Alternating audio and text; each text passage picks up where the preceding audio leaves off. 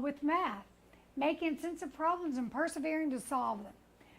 Reasoning abstractly and quantitatively, make models using math, use appropriate tools. The tools is a perfect one for science because we've always done the scientific tools. And I love to do the difference between standard measure and metric and have them to determine what to use, but they can't use a standard measurement tool like a ruler or a meter stick. They have to use something else. Most of the times they'll use books, they'll use whatever, and I'll have them to do everything from the area of a classroom to the volume of a classroom. The volume is fun, particularly when you're in an old building and the ceilings are 10 feet tall, because they have to figure out how to do that and how to calculate the height without a measuring tool. So that is a lot of fun. And I've done that with everybody from ninth grade, because you always have to go back. You feel like you always have to go back and do the standard versus the metric differences. And then I've done it with college kids. The college kids are more fun than the ninth graders, because they really haven't thought about it. And a lot of them, for some reason, I don't think they skipped past it in high school with not having it. I think they did have it, but they've just never been made to actually do something with the information and think about things a little differently. Measurement and data with precision. So your place values that you want, your scientific notation.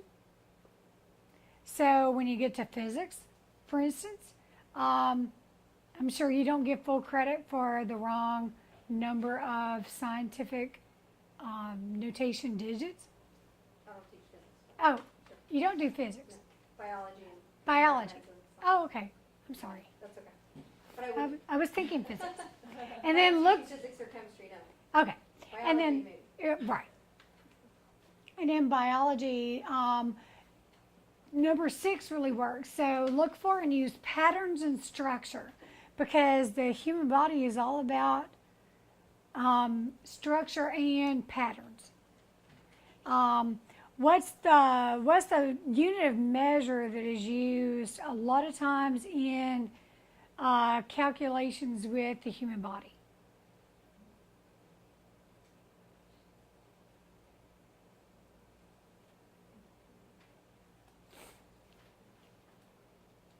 The golden ratio. Golden ratio.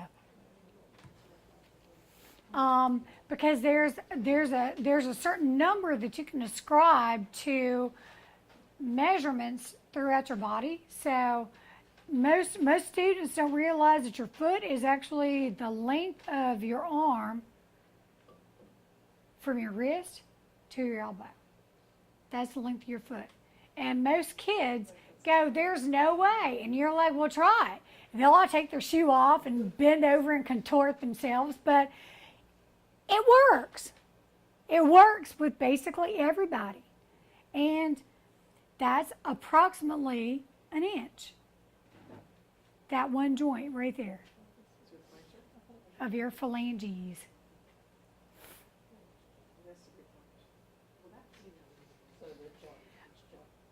So, no, it's the distance.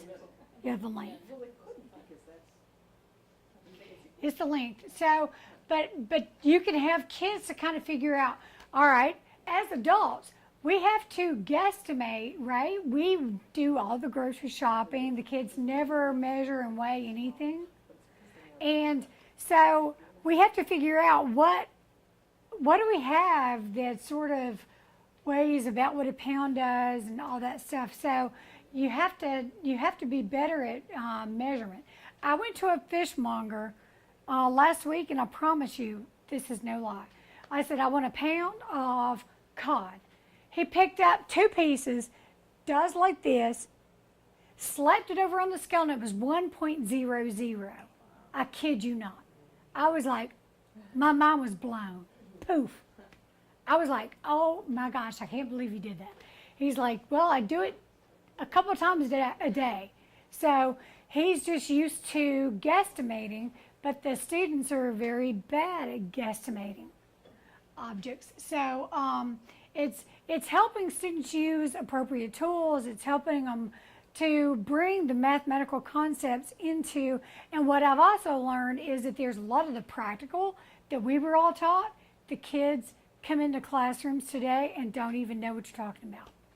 So even going as basic as how many cups are in a quart and having to measure out the water and put and pour the water over in a container and measure it for volume. They don't understand the ratios, and they don't understand how volume is connected to length. Or, I'm sorry, volume is connected to mass.